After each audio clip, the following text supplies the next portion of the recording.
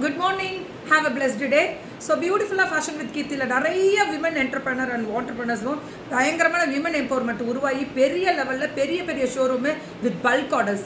இதுக்கு மேலே நாங்கள் என்ன பண்ண போகிறோம் அப்படின்னா பயங்கர ஹோல்சேல் கனெக்ட் கொடுக்கணும் அப்படின்றது என்னோடய ஆசைகள். அது கண்டிப்பாக நடக்கும். அதை தாண்டி இன்னும் நிறைய விஷயங்கள் பேசவும் போகிறேன்.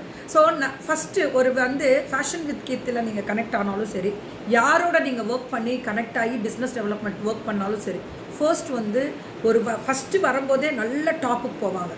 ஸோ ரொம்ப டாப்புக்கு போகிறவங்க என்ன ஆகிடும் அப்படின்னா, ஸோ அடுத்தது கொஞ்சம் கான்சென்ட்ரேட் பண்ண மாட்டாங்க. பயங்கர என்கொயரிஸ் வரும், பயங்கரமான ஒரு ஆர்டர்ஸ் போடுவாங்க. அடுத்தது கம்மியாகும், கொஞ்சம் கம்மியாகும், திருப்பி ஏறும், திருப்பி இறங்கும். இதுதான் லைஃப்பில் நம்ம பிஸ்னஸ் பண்ணும்போது. ஒரு நாள் கடை ஒரு 10 ஓடும், அடுத்த நாள் கடையில் நம்ம இப்போ 100 ஓடும். ஏன் அப்படின்னா வரதும் பொறுத்தும். இன்னொன்று, நம்மளோட கலெக்ஷன்ஸ் புதுசாக அப்டேட் பண்ணணும், புதுசாக நம்ம கொடுத்துக்கிட்டே இருக்கணும்.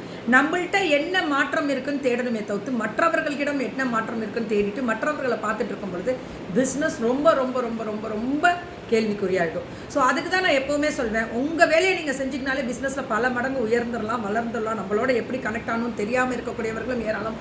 நான் கண்டிப்பாக பிஸ்னஸ் ப்ரமோஷன் நம்பர் இந்த வீடியோவில் போடுறேன். கனெக்ட் ஆனாலும் பொறுமையாக நிதானமாக பண்ணணும்.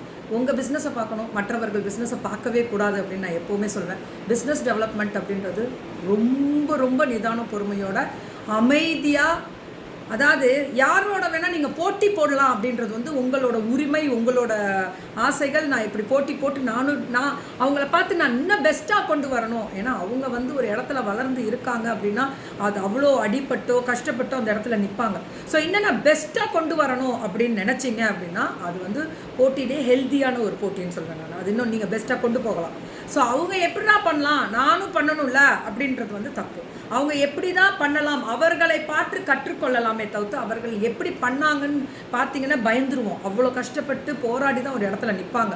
ஸோ அவர்களை பார்த்து கற்றுக்கொள்வோமே தவிர்த்து அவர்களை பார்த்து போட்டி போட்டால் கூட பொறாமப்படக்கூடாது அப்படின்னு நினைப்பேன். ஹெல்த்தியான ஒரு காம்படிஷன் எப்போவுமே இருக்கணும் அப்படின்றது.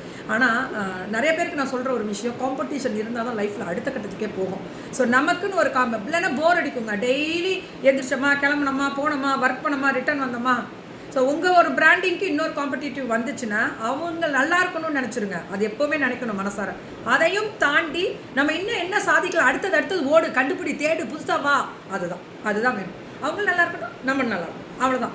இதுதான் ஃபேஷன் வித் கீர்த்தி. இது காசிப் பேசாதீங்கன்னா உங்கள் பொழப்பை விட்டுருவீங்கன்றதுக்காக தான் காசிப்பை பற்றி நான் எப்போவுமே சொல்வேன்.